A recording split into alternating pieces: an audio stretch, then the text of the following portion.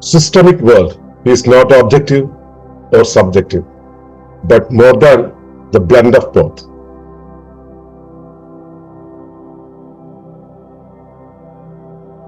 മുന്നിലുള്ള ലോകത്തെ വസ്തുക്കളും വിഷയങ്ങളുമായി കാണുന്നതിന് പകരം വ്യവസ്ഥകളായി കണ്ടു തുടങ്ങും. മുന്നിലുണ്ടായിരുന്ന യാന്ത്രിക ലോകം ജീവനുള്ള ഒരു നവലോകമായി മാറുന്നത് കാണാനാകും.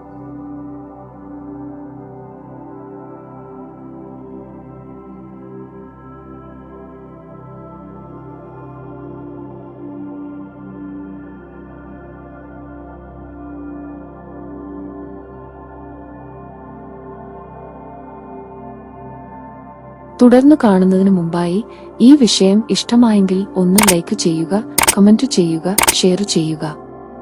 നിങ്ങൾ പ്രകൃതിയെ ഇഷ്ടപ്പെടുന്നുവെങ്കിൽ ഈ ചാനൽ സബ്സ്ക്രൈബ് ചെയ്യുക.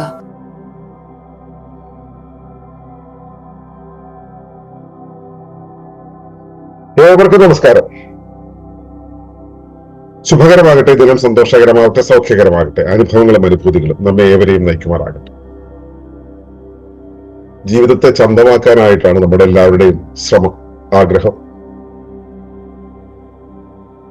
ജീവിതം ചന്തമാക്കാനായിട്ട് ശ്രദ്ധിക്കുമ്പോഴൊക്കെ തന്നെ മുമ്പിൽ ജീവിതം ചുരുണ്ടുകൂടി കോംപ്ലിക്കേറ്റഡ് ആയി നൂലാമാലകളായി മാറിക്കൊണ്ടിരിക്കുന്ന സീൻ നിരന്തരം കാണുന്നുണ്ട്.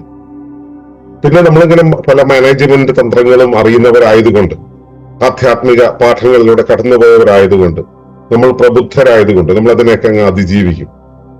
ഇങ്ങനെയല്ല ഞാൻ കരുതേണ്ടത്, ഞാൻ ഇതുപോലെയല്ല മനസ്സിലാക്കേണ്ടത്.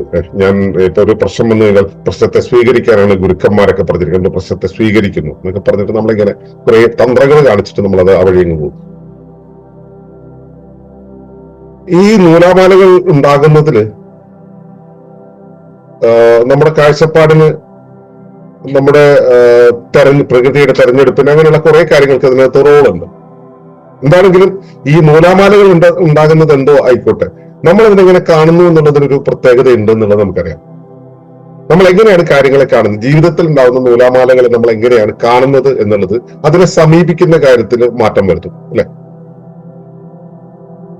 ഈ നമ്മൾ കാണുന്ന ഈ ലോകം എന്ന് പറയുന്നത് രണ്ട് തരത്തിൽ നമ്മൾ കാണാറുണ്ട്. കുറെ വസ്തുക്കളുള്ള ലോകമായിട്ട് നമ്മൾ കാണാറുണ്ട്. ഭൗതികവാദികൾ അങ്ങനെയാണ് കാണുക. കുറെ വസ്തുക്കൾ, എല്ലാം ആ വസ്തു, ഈ വസ്തു, ആ ഒരു സാധനം, ഈ ഒരു സാധനം, അങ്ങനെ വസ്തുക്കളായിട്ട് കാണും. വസ്തുക്കളും വസ്തുക്കളുടെ പ്രവർത്തനങ്ങളുമായിട്ട് കാണും. വേറെ കുറച്ച് ആളുകളുണ്ട്, ആത്മീയ ധാരയിലുള്ള ആളുകൾ. അവരെ സംബന്ധിച്ചിടത്തോളം അവർ കാണുന്നത് എങ്ങനെയാന്ന് വെച്ച് കഴിഞ്ഞാൽ ഈ സബ്ജക്റ്റീവായിട്ട്, സബ്ജക്റ്റീവ് എന്ന് വെച്ചാൽ വിഷയങ്ങളായിട്ട്, അതൊരു വിഷയം, ഇതൊരു വിഷയം, ഒരു വ്യക്തിയെ കണ്ടു കഴിഞ്ഞാൽ ആ വ്യക്തിയുടെ നിൽപ്പ് വിഷയം, നടപ്പ് വിഷയം എന്നുള്ളത് നമുക്ക് തോന്നും. ഈ ഇതിന് ആധ്യാത്മികവാദി എന്ന് പറയുന്ന ഒരാൾ ഭൗതികവാദിയെ പോലെയും ഭൗതികവാദി എന്ന് പറയുന്ന ആത്മീയവാദിയെ പോലെയും ഒക്കെ പെരുമാറുന്നത് നമുക്ക് കാണാൻ പറ്റും. ഇപ്പോ ഞാനിവിടെ പറയുന്ന ആത്മീയവാദിയിൽ യുക്തിവാദിയും പെടുന്നുണ്ട്. കാരണം യുക്തിവാദി വിഷയങ്ങളുടെ പുറത്താണ് ഇങ്ങനെ നിൽക്കുക. അവൻ ഭൗതികവാദിയാണെന്ന് പറയുമ്പോഴും വിഷയങ്ങളുടെ പുറത്താണ് നിൽക്കുക. ഭൗതികവാദി എന്ന് പറഞ്ഞത് അവർക്ക് വിഷയമൊന്നും വിഷയമേ അല്ല, ഭൗതികമായിട്ടുള്ള കാര്യങ്ങൾ മാത്രമാണ്.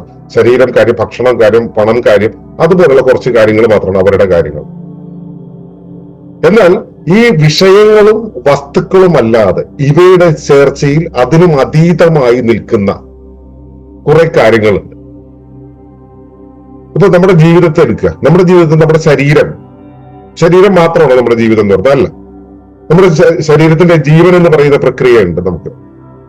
അത് മാത്രമാണ് നമ്മളെന്ന് പറയുന്നത്, അതല്ല. നമ്മുടെ മനസ്സ് മാത്രമാണ് നമ്മുടെ പ്രക്രിയ, അല്ല. നമ്മുടെ അറിവ് മാത്രമാണ് പ്രക്രിയ, അതല്ല.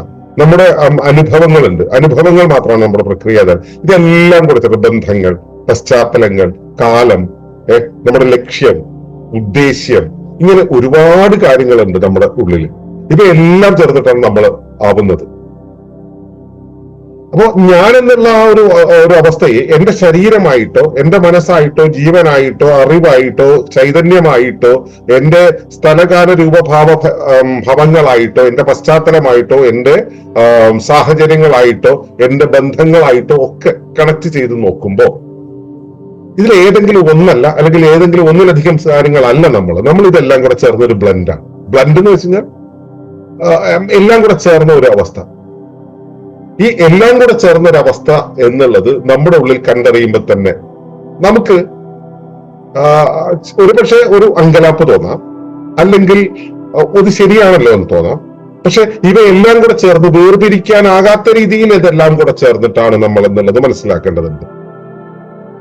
ഈ നൂലാമാല എന്ന് പറയുന്ന ഒരു സംഭവം ഉണ്ടല്ലോ, നമ്മൾ നൂലാമാലകൾ ഉണ്ടായിക്കഴിഞ്ഞു. നൂലാമാല എന്ന് വെച്ചാൽ നൂലുകൾ ഇങ്ങനെ പിടഞ്ഞു നിൽക്കുന്ന ഒരവസ്ഥ. നൂലാമാല അഴിക്കാൻ പറ്റില്ല എന്ന് നമ്മൾ തിരിച്ചറിയുന്ന ഒരവസ്ഥയാണ്. ഈ നൂലാമാല അഴിക്കാൻ പറ്റില്ല എന്ന് നമ്മൾ തിരിച്ചറിയുമ്പോൾ പിന്നെ നമ്മൾ അതിനെ അതേപോലെ അങ്ങ് സ്വീകരിക്കും. ഇതേപോലെ ഒരു നൂലാമാലയാണ് ഈ ഞാനെന്നുള്ള സത്വം. അഴിച്ചു മാറ്റാൻ പറ്റില്ല നമുക്ക്.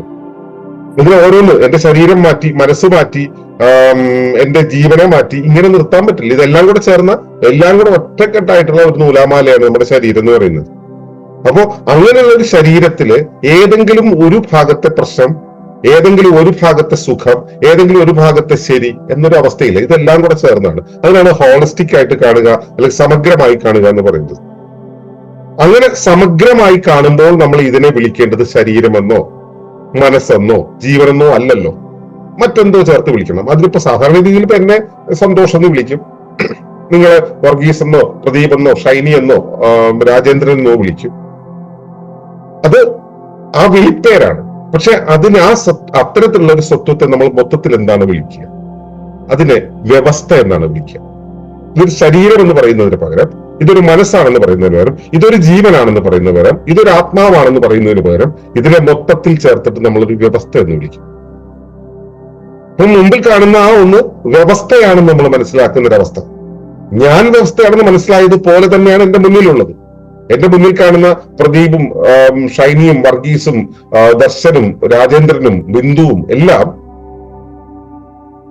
വ്യവസ്ഥകളാണ് എന്ന് ഞാൻ മനസ്സിലാക്കുന്ന സമയത്ത് ഇതുവരെ കണ്ട കാഴ്ചയല്ല ആ കാഴ്ച. വ്യവസ്ഥ എന്ന് പറയുമ്പോൾ അത് ഒരു ശരീരമല്ല, ഈ കാണുന്നത് ശരീരമല്ല, അതൊരു ആത്മാവാണ്. ആത്മാവല്ല, അതൊരു ചിന്തയാണ്. അതല്ല, അതൊരു മനസ്സാണ്. അതല്ല, അതൊരു ജ്ഞാനമാണ്. അതല്ല. എന്നാലും ഇതെല്ലാം കൂടെ ചേർന്നതാണ്. ഇതെല്ലാം കൂടെ ചേർന്നതാണെന്ന് പറയുമ്പോൾ ഒന്നിന്റെ കുറവ് മറ്റൊരിടത്ത് നികത്തി എല്ലാം കൂടെ ചേർത്ത് സമഗ്രമായ ഒരു അവസ്ഥ. നമുക്ക് ഒരു തരത്തിലും അഴിച്ചു മാറ്റാൻ പറ്റാത്ത രീതിയിലുള്ള ഒരു നൂലാമാല എന്ന് വേണമെങ്കിൽ പറയാം. അങ്ങനെ ഒരു അവസ്ഥ. അതിന് പരിമിതികൾ കുറച്ചുണ്ട്, പക്ഷെ അനന്തമായ സാധ്യതകളുണ്ട്. എന്റെ ശരീരം പോലെ തന്നെ ഞാൻ സ്പെഷ്യൽ ആകുന്നത് എപ്പോഴാണ്? ഞാൻ എന്നെ നിരീക്ഷിക്കുന്ന സമയത്ത്, ഞാൻ എന്റെ ശരീരത്തെ അറിയുന്ന സമയത്ത്, എന്റെ ശരീരത്തെ അനുഭൂതിയിലൂടെ മനസ്സിലാക്കുന്ന സമയത്ത് എനിക്ക് തിരിച്ചറിയാൻ കഴിയും ഞാനൊരു അത്ഭുതമാണ്. ഞാൻ ഇന്നലെ വൈകുന്നേരം തിന്ന കപ്പയുടെ കഷ്ണം, അല്ലെങ്കിൽ വേണ്ട, ഞാൻ ഇന്നലെ വൈകുന്നേരം തിന്ന ബ്രെഡിന്റെ കഷ്ണം, ഒരു അപ്പ കഷ്ണം ഇന്ന് രാവിലെ ഞാനായി മാറിയിരിക്കുന്നു. എന്റെ ഈ വാക്കുകളായി മാറിയിരിക്കുന്നു, എന്റെ ചിന്തകളായി മാറിയിരിക്കുന്നു, എന്റെ ഗാനമായി മാറിയിരിക്കുന്നു, എന്റെ സങ്കടമായി മാറിയിരിക്കുന്നു, എന്റെ ഒരു യാത്രയായി മാറിയിരിക്കുന്നു, ഞാൻ രചിക്കുന്ന ഒരു ചിത്രമായി മാറിയിരിക്കുന്നു. ഇന്നലെ ഞാൻ കഴിച്ച ആ ബ്രെഡിന്റെ കഷ്ണം ഇങ്ങനെ ആക്കി മാറ്റിയത്. ആ ഒരു ബ്രെഡിന്റെ കഷ്ണത്തിൽ നിന്നും മധുരതരമായ ഒരു സംഗീതമായി എനിക്ക് ആവിഷ്കരിക്കാൻ കഴിയുന്നുണ്ടെങ്കിൽ ഞാൻ ഒരു വിസ്മയമല്ലാതെ മറ്റെന്താണ്? ഈ പ്രകൃതിയും അതുപോലെ തന്നെ വിസ്മയമല്ലാതെ മറ്റെന്താണ് എന്ന് നമ്മൾ അറിയുമ്പോൾ എന്റെ മുന്നിൽ കാണുന്നത് ഓരോന്നും. വർഗീസ് മാത്യു എന്ന് പറയുന്നത് ഒരു വിസ്മയമാണ്, പ്രദീപ് എന്ന് പറയുന്ന ഒരു വിസ്മയമാണ്, രാജേന്ദ്രൻ വിസ്മയമാണ്, ഡോക്ടർ ബിന്ദു വിസ്മയമാണ്, ഷൈനി വിസ്മയമാണ്. എന്റെ മുന്നിൽ കാണുന്ന രമണനും രമണിയും നമ്മുടെ വെള്ളത്തിയും ചെമ്പത്തിയും എല്ലാം വിസ്മയങ്ങളാണ്. നമ്മുടെ മുന്നിൽ കാണുന്ന ഒരു റോസാ പൂവും, നമ്മുടെ മുന്നിൽ കാണുന്ന ഒരു തുമ്പപ്പൂവും, നമ്മുടെ മുന്നിൽ കൂടെ പറക്കുന്ന കൊതുകും ഒക്കെ വിസ്മയങ്ങളാണ്. അവ അതിന്റെ ശരീരമല്ല, അത് ചെയ്യുന്ന പ്രവൃത്തി മാത്രമല്ല, അതൊരു ഹോളിസ്റ്റിക് സിസ്റ്റമാണ്. അത് അതിന്റെ ചുറ്റുപാടുമായി നിരന്തരമായി ബന്ധത്തിലായിരിക്കുന്നു. ആ ബന്ധമാണ് അതിനെ അതാക്കി മാറ്റുന്നത്. അങ്ങനെ നോക്കുമ്പോൾ ഈ പരസ്പര ബന്ധത്തിന്റെ ഈ മഹാജാലികയായ പ്രപഞ്ചം, ഈ പ്രകൃതി എന്ന് പറയുന്ന ഒരു മഹാവിസ്മയമാണ്. അപ്പൊ നമ്മൾ ഇതുവരെ കണ്ട കാഴ്ചയ്ക്കും വ്യത്യസ്തമായിട്ട്, നമ്മൾ ഇതുവരെ കണ്ടത് നമുക്ക് ദുരിതങ്ങൾ സമ്മാനിക്കുന്ന, വിഷമങ്ങൾ സമ്മാനിക്കുന്ന, നമുക്ക് പ്രശ്നങ്ങൾ സമ്മാനിക്കുന്ന, പ്രതിസന്ധികൾ സമ്മാനിക്കുന്ന ഈ ലോകത്തിനു പകരം വിസ്മയങ്ങളുടെ, വർണ്ണങ്ങളുടെ, ആലാപനങ്ങളുടെ, ശ്രുതിമധുരമായ കേൾവികളുടെ, സ്വപ്നങ്ങളുടെ ഒരു മഹാലോകമായി, ഒരു നവലോകമായിട്ട് ഈ ലോകം, ഇതുവരെ നമ്മുടെ മുന്നിൽ നിറമില്ലാതെ നിന്നിരുന്ന ഒരു ലോകം മഹാവർണ്ണങ്ങളോടുകൂടി മുമ്പിൽ നിറഞ്ഞു നിൽക്കും. അത്തരം ഒരു കാഴ്ചയാണ് സിസ്റ്റമിക് തിങ്കിങ് അല്ലെങ്കിൽ വ്യവസ്ഥാവീക്ഷണം എന്നുള്ള തിരിച്ചറിവ് നമുക്കുണ്ടെങ്കിൽ, ആ തിരിച്ചറിവിലൂടെ നമ്മുടെ മുന്നിൽ ലോകം നമുക്ക് പ്രദാനം ചെയ്യുക. അതിനെയാണ് സിസ്റ്റമിക് വേൾഡ് എന്ന് പറയുന്നത്. ദ്രവ്യലോകമല്ല, വസ്തുലോകമല്ല, വിഷയലോകമല്ല, ഇവയെല്ലാം ചേർന്നുകൊണ്ടുള്ള വ്യവസ്ഥാലോകം എന്ന് പറയുന്നത് ഇവയെല്ലാത്തിന്റെയും ചേർന്നുകൊണ്ടുള്ള അവസ്ഥയിലും അധികമാണ്. മോർ ദാൻ ദി ടോട്ടൽ എന്ന് പറയും. ഒന്നും ചേർന്നാൽ 2 എന്ന് പറയുന്നതിന് അപ്പുറം ഒന്നും രണ്ടല്ല, 2ലും അധികമാണെന്ന് പറയുന്ന ഒരവസ്ഥ. ഈ അവസ്ഥ തിരിച്ചറിയാൻ കഴിഞ്ഞാൽ ജീവിതം ഇത്രയേറെ സുന്ദരമായി തീർന്നിരിക്കുന്നു എന്ന് നമുക്ക് തിരിച്ചറിയാൻ കഴിയും. അങ്ങനെ സുന്ദരമായ ഒരു കാഴ്ച നമ്മുടെ ജീവിതത്തോട് നിങ്ങൾക്ക് ഏവർക്കും ഉണ്ടാകട്ടെ എന്നാണ് എന്റെ പ്രാർത്ഥന. നന്ദി, നമസ്കാരം.